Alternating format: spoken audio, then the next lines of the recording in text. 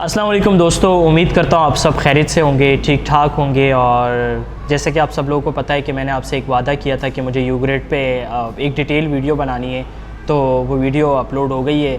मैंने अपने दोस्त के साथ जो है बेसिकली बासित एक ट्रेनर है और वीडियोस बना रहा होता है जहाँ लोगों को गाइड कर रहा होता है डिफरेंट अपॉर्चुनिटीज़ के बारे में, डिफरेंट स्किल्स के बारे में। तो उसका लिंक मैं नीचे दे दूँगा। जिन्होंने हमने जो है यूग्रेड पे बात की है, यूग्रेड की डूज़ एंड डोंट्स पे बात की है, तो आप ज़रूर वो वीडियो देखें ताकि आप सबको क्लियर हो जाए। और सवाल पूछने से पहले वो वीडियो पूरी ज़रूर देखिएगा, ताकि मुझे उम्मीद है कि वो वीडियो आपके सारे सवालात क्लियर कर देगा। तो फिर ही आप सवाल पूछिएगा और हमें अच्छा लगेगा, हमें खुशी होगी। तो thank you so much Basit, मुझे बहुत अच्छा लगा आपके साथ और इंशाल्लाह हम कनेक्ट रहेंगे और करते रहेंगे ऐसे प्रोग्राम इंशाल्लाह। तो रहमान भाई के साथ दो चैनल्स हैं, एक रहमान राइट्स है, एक अब्दुल रहमान। दोनों के लिंक्स जो है ना मैं डिस्क्रिप्शन दे। तो अब मैं बात करता हूँ अपने एक्सपीरियंस की। जो सवालात मुझसे पूछे गए हैं और जिसके बारे में मुझसे पूछा जा रहा था, तो सबसे ज़्यादा जो सवाल पूछा जाता है कि यूग्रेड बेसिकली है क्या। यूग्रेड बेसिकली सेमेस्टर एक्सचेंज प्रोग्राम है जो कि एक सेमेस्टर पे मुश्तमिल होता है और नॉन डिग्री प्रोग्राम होता है। और इसमें सब्जेक्ट्स जो हैं आप अपनी मर्ज़ी से सेलेक्ट कर सकते हैं, बट यूनिवर्सिटीज़ जो है अपनी मर्ज़ी से सेलेक्ट नहीं कर सकती। यूनिवर्सिटीज़ को जो है वो यूग्रेड ख़ुद सेलेक्ट करता है, ठीक है। और यूग्रेड अप्लाई करने के लिए आपको कुछ चीज़ों की ज़रूरत होती है, जिसमें जो है स्टेटमेंट ऑफ पर्पस होता है, डिफरेंट सर्टिफिकेट्स होते हैं। अगर आपके पास हैं तो वेल एंड गुड, नहीं है तो इट्स ओके। जीपीए की जब हम बात करते हैं तो 2.5 या उससे अबव जितनी भी जीपीए है वो प्लस पॉइंट है। तो इसमें ज़रूरी नहीं है कि आपकी सिर्फ जीपीए काउंट करती है, आपकी सारी चीज़ें काउंट कर रही होती हो। एप्लीकेशन के ओवरऑल जो चीज़ें हैं वो सारी काउंट की जाती है। उसमें हम बात करें आपके सर्टिफिकेशन की, आपकी फ़ेसबुक प्रोफाइल की, आपकी सोशल मीडिया प्रोफाइल्स की, आपके स्टेटमेंट ऑफ पर्पस की, तो ये सारी चीज़ें मिल के 100 पॉइंट्स का एक स्कोर बनाया जाता है। तो ये सारी चीज़ें काउंट की जाती हैं। उसके बाद बात होती है कि एप्लीकेशन कब ओपन होती है। एप्लीकेशंस ओपन होती है हम सितंबर और अक्टूबर में। तो ये 2 महीने ऐसे होते हैं जिसमें ये अनाउंस करते हैं। इस बार थोड़ा डिले हो गया है, तो हम उम्मीद करते हैं कि ये जल्दी एप्लीकेशंस जो हैं अनाउंस होगी। कोविड की वजह से कुछ चीज़ें थोड़ी डिले हो गई हैं। अब उसके बाद बात आती है कि हम जो है कौन कौन जो है अप्लाई कर सकता है। उसमें फर्स्ट ईयर और फोर्थ ईयर के बच्चे अप्लाई नहीं कर सकते, सेकंड और थर्ड ईयर के बच्चे अप्लाई कर सकते हैं। तो ये बहुत ज़रूरी है कि आप यूनिवर्सिटी के सेकंड और थर्ड ईयर में हो। अब उसके बाद एक और सवाल आता है कि जो बीए के, जिसने 2 साल बीए किया हुआ है, तो ज़रूरी है कि वो थर्ड ईयर में एडमिशन ले और फिर उसके बाद वो अप्लाई कर सकता है। तो वो जो है थर्ड ईयर का बच्चा काउंट होगा।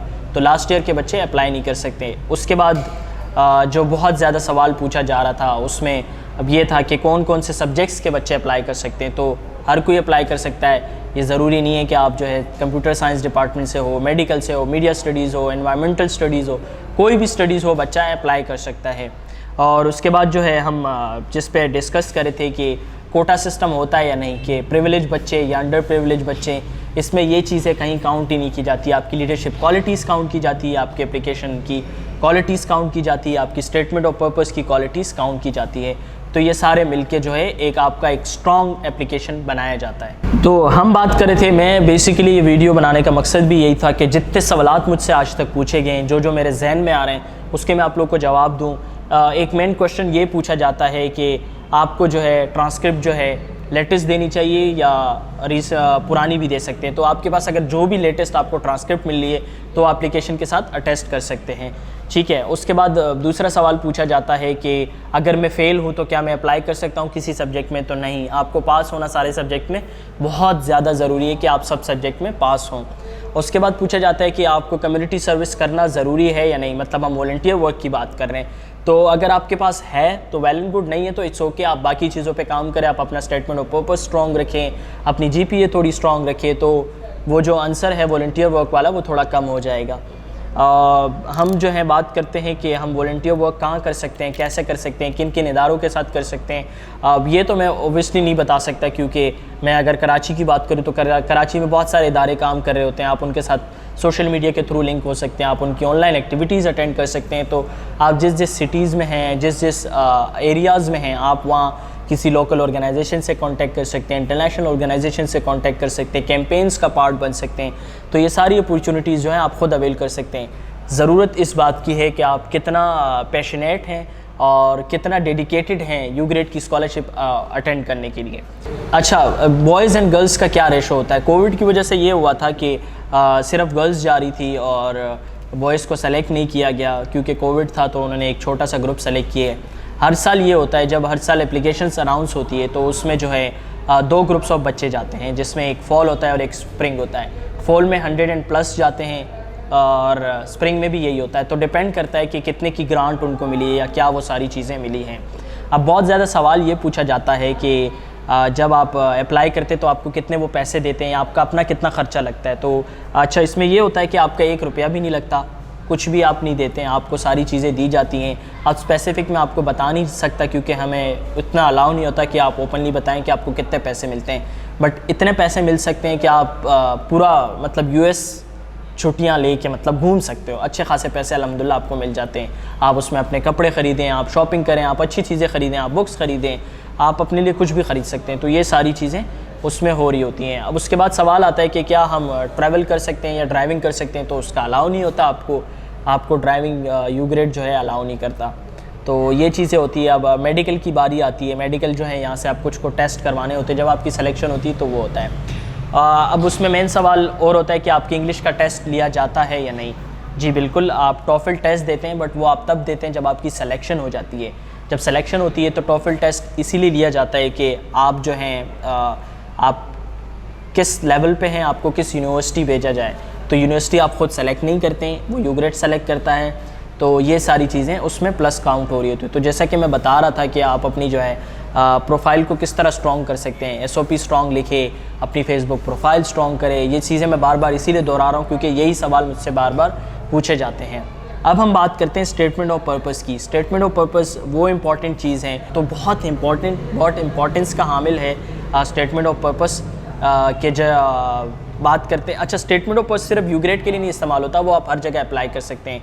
उसमें बहुत सारी चीज़ें आती हैं कि आप फर्स्ट आप अपनी जर्नी बताते हैं, आप अपनी लीडरशिप स्किल्स बताते हैं, लीडरशिप एक्टिविटीज़ बताते हैं, लास्ट में ये बताते हैं कि आप जो है यू ग्रेड को क्या दे सकते हैं और क्या खूबियाँ हैं दूसरे लोगों से आपकी।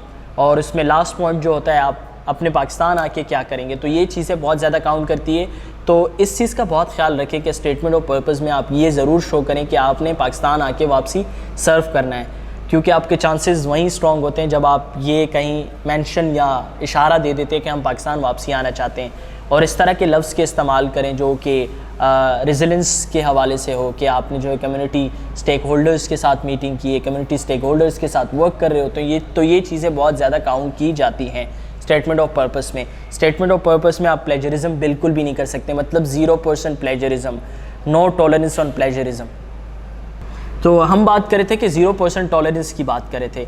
अच्छा, 0% टॉलरेंस ये होता है ऑन प्लेजरिज्म के कोई टॉलरेंस नहीं होती है। अगर प्लेजरिज्म का कोई एक लाइन भी उनको मिल गई ना तो आपकी सिलेक्शन कट हो जाती है। तो बहुत सारे लोगों के साथ ये प्रॉब्लम्स भी हो जाती है। जब 30,000 बच्चे अप्लाई करते हैं और 200 बच्चे सेलेक्ट होते हैं तो सोचे कितना लोगों ने अच्छा लिखा होगा, कितनी अच्छी जो है काम किया होगा। तो मैं आपसे यही कहूँगा स्टेटमेंट ऑफ पर्पस पे बहुत ज़्यादा वर्क करें। वर्क इन अ सेंस के प्रैक्टिस करें अपने वर्ड्स की, टीचर्स के साथ बैठ के प्रैक्टिस करें, सीनियर्स के साथ बैठ के प्रैक्टिस करें, एलुमनाइज के साथ बैठ के प्रैक्टिस करें। तो ये चीज़ें बहुत ज़्यादा काउंट की जाती है।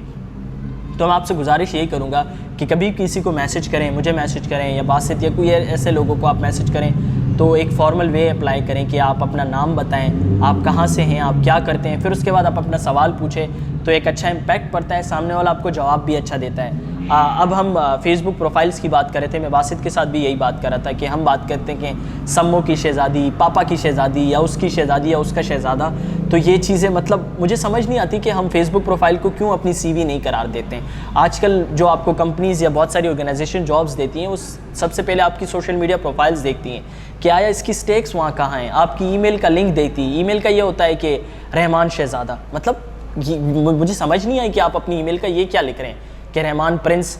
आप अच्छा सा नहीं लिख सकते हैं अब्दुर्रहमान, कुछ नंबर्स उसके साथ लगा दें तो एक प्रोफेशनल वे आता है, लोगों को एक अच्छा वो भी आता है। आप ईमेल कर रहे हो, हमारे यहाँ बहुत प्रॉब्लम है यार, मैं सॉरी टू से ग्रेजुएशन के बच्चे जो हैं वो ईमेल नहीं कर पाते हैं।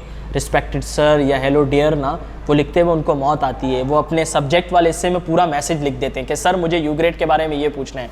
अरे अल्लाह के बंदो, आपको सिलेक्शन कैसे होगी जब आपको बेसिक एटिकेट्स ही नहीं पता ईमेल्स के बारे में या किसी से सवाल पूछने के बारे में।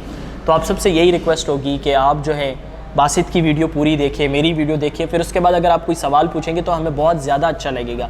हमें अच्छा लगेगा कि आप स्पेसिफिक चीज़ पूछें कि बासित भाई या रहमान भाई हमें ये बताएं कि स्टेटमेंट ऑफ पर्पज़ में इस पैराग्राफ में आप अपने वर्ड्स कैसे अच्छे कर सकते हैं, हम अपनी स्किल्स कैसे बेहतर कर सकते हैं। तो इसका जवाब देते हुए हमें भी अच्छा लगेगा। आप पूछेंगे कि यार यू ग्रेड क्या है, यू ग्रेड कब अप्लाई कर सकते हैं, तो ये तो बड़ा अजीब सवाल है। आप United state education foundation of Pakistan की वेबसाइट पे जाएं, usefp.com लिखें, आपको सारी चीज़ें वहाँ डिटेल है।